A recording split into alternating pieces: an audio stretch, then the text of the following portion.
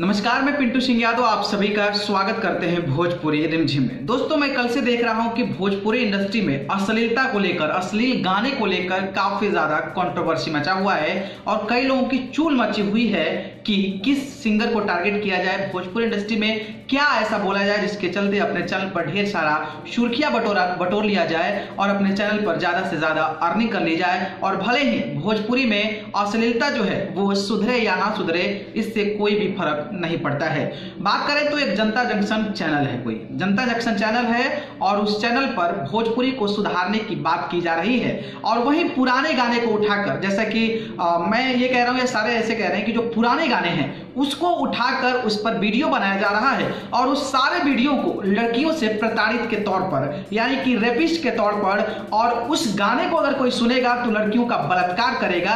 इस प्रकार की चीजें जो है हर वीडियो में कही जा रही है। लड़कियों की रेप कही जा रही है, लड़कियों को नोचने की बात की जा रही है। उस वीडियो को देखकर, यानी कि भोजपुरी के गानों को देखकर लोग जो है रेप कर ऐसे कर देते हैं, ऐसा उनका कहना है। और वो जो है जनता जंक्शन के कोई पत्रकार हैं, उनका ये मामला है और उसको लेकर लगातार भोजपुरी इंडस्ट्री में कंट्रोवर्सी बढ़ता जा रहा है। और जिस तरीके से उनको लोग लताड़ते नजर आ रहे थे, तो उसी चीज से बौखलाए उसका जो मेन एंकर है, जो इसका नाम प्रशांत राय है, वो कल जो है एक वीडियो बनाया था और वीडियो में उन्होंने सारी मर्यादा का उल्लंघन किया।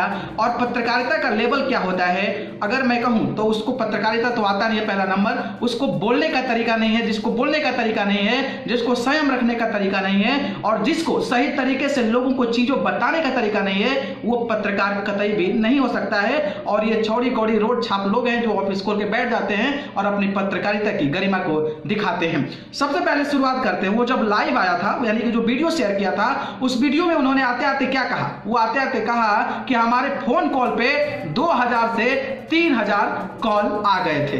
भैया एक बात सुन लो, संडे के दिन तुम्हारी मोहतरमा जो थी वो एक वीडियो लॉन्च करती है 11 बजे और तुम अगले दिन 11 बजे के बाद वीडियो शेयर करते हो। अगर बात करें तो 1 घंटे में 60 मिनट होता है, अगर 24 घंटे की बात करें तो 1400 मिनट हो गया लगभग के। अगर हम बात करें तो 1400 मिनट के करीब में होता है और सोचो कि 2400 के करीब में होता है, तो तुम्हारे पास 1 मिनट में 1 कॉल जाता है, ऐसा पॉसिबल ही नहीं है। पहला नंबर तो ये तुम्हारा एक्सपोज है, ये झूठ बोल रहे हो कि तुम्हारे पास 2000 से 3000 कॉल गया है, ऐसा कतई भी नहीं हो सकता है तुम्हारे पास इतना कॉल जाए। तुम बड़का सेक्रेटरी, प्राइम मिनिस्टर का और प्रेसिडेंट का सेक्रेटरी नहीं हो कि तुम्हारे पास ऐसा कॉल जाए। पहली चीज ये हो गई। दूसरी चीज कि तुम जिस तरीके से पत्रकारिता को, गरिमा को गिरा रहे हो, बतियाने का ढंग होना चाहिए। आप पत्रकार हो, लोगों के सामने अपनी बातों को रखते हो और तुम्हारे ही अंदर इस प्रकार की बोलने की चीजें रहेगी, तो तुम लोगों को पत्रकारिता की क्या जो सीमा है उसको दिखाओगे और पत्रकारिता क्या लोगों को दिखाओगे? पहले तो कोई भी चीज, पत्रकार का क्या काम होता है? गुस्से में आकर कुछ भी बोलना नहीं होता है। पत्रकार का काम होता है कि संयम से आना और चीजों को परखना, चीजों को समझना और चीजों को इस तरीके से एक्सप्लेन करना कि लोग उसको समझ जाएं। और ये जो भाषा तुम्हारा दिखाता है कि इस तरीके का क्या क्या क्या क्या उखाड़ लोगे, ये वो फलाना ढिकाना जो लैंग्वेज का इस्तेमाल कर रहे हो, ये कतई भी एक पत्रकार के तौर पर नहीं बोला जा सकता है। और ये भी कह रहे हो ना कि सिहार के हौसला से शेर डेराता है। बताइए, ये भाषा उन्होंने इस्तेमाल किया है। तो उनसे मैं ये सवाल करना चाहूंगा कि जो शेर है वो आपके घर आया था या फिर शेर जो है वो जंगल में ही था? ये आप जरूर बताइएगा हमें अगले वीडियो में जब बनाइएगा तो। तीसरी बात आती है कि खेसारी लाल यादव को, और खास करके खेसारी लाल यादव का नाम को टारगेट किया गया है और उसमें मैंने देखा कि कल्पना के नाम के भी नाम को टारगेट किया गया है, जो कि ढूंढी मुनले रानी पियरी माटी से अब देवारा नतिया खोदे बाती से, ये जो गाना था। पहला नंबर तो आपको मैं ये बता दूं कि भोजपुरी इंडस्ट्री में गाने ऐसे आते रहेंगे और आप जैसे 2 कौड़ी के पत्रकार अगर इसको सुधारने की बात करते हैं ना, तो मुझे लगता है कि आप जैसे पत्रकारों से ये नहीं हो पाएगा और भोजपुरी इंडस्ट्री सुधर रही है और आप जैसे तुच्छ और छोटे मोटे ये पत्रकारों की जरूरत नहीं है इस प्रकार के भोजपुरी भाषा को सुधारने के लिए, और वो भी पैसे कमाने के चक्कर में इस प्रकार की कंट्रोवर्सी क्रिएट करने के लिए। सबसे पहले तो आपको पता होना चाहिए कि जो कल्पना जी है ना, जो कल्पना जी देश के बड़े बड़े अवार्ड को मिल चुकी है, अवार्ड मिल चुका है उनको, और देश के बड़े बड़े गवर्नमेंट ऑफिशियल द्वारा उनको अवार्ड मिल चुका है। और ये अवार्ड तुम्हारे जैसे छोटे मोटे रोड छपवा पत्रकार अगर सोचने लगे किसी के बारे में वीडियो बनाना, तो फिर उसके लिए बहुत बड़ी गलतफहमी है। और कल्पना जी की बात करें तो कल्पना जी कितने बड़े बड़े governmental official, IAS officer, president, राष्ट्रपति, प्रधानमंत्री के सामने अपने गीतों को पेश कर चुकी है और तुम उसको अश्लील कह रहे हो। तो मुझे लगता है कि तुमसे चूतिया और तुमसे बेवकूफ आदमी जो है वो कोई नहीं हो सकता है। रही बात खेसारी लाल यादव को, तो खेसारी लाल यादव लगभग 10 साल से बेस्ट भोजपुरी सिंगर का अवार्ड जीत रहा है और यूं बात कर लें तो उनको 3-4 बार से दादा साहब फाल्के अवार्ड लगातार मिल रहा है। और ये अवार्ड उन लोगों को नहीं मिलता है जो दादा साहब फाल्के अवार्ड होता है वो सेंट्रल गवर्नमेंट के द्वारा इशूड होता है, और सेंट्रल गवर्नमेंट अगर किसी को अवार्ड दे रही है तो उससे बड़ा कोई अवार्ड नहीं हो सकता है। और तुम्हारे ये 2 कौड़ी की पत्रकारिता से अगर आप किसी को निस्ता दिखाने की कोशिश करो और छोटी दिखाने की कोशिश करो तो ये तुम्हारी एक कहीं ना कहीं एक छोटी सी काया है जिसको लगता है कि हम दिखाकर एक बड़ा पब्लिसिटी गेन कर लेंगे और भोजपुरी इंडस्ट्री के चलते हम जो है ज्यादा से ज्यादा पैसा कमाने लगे।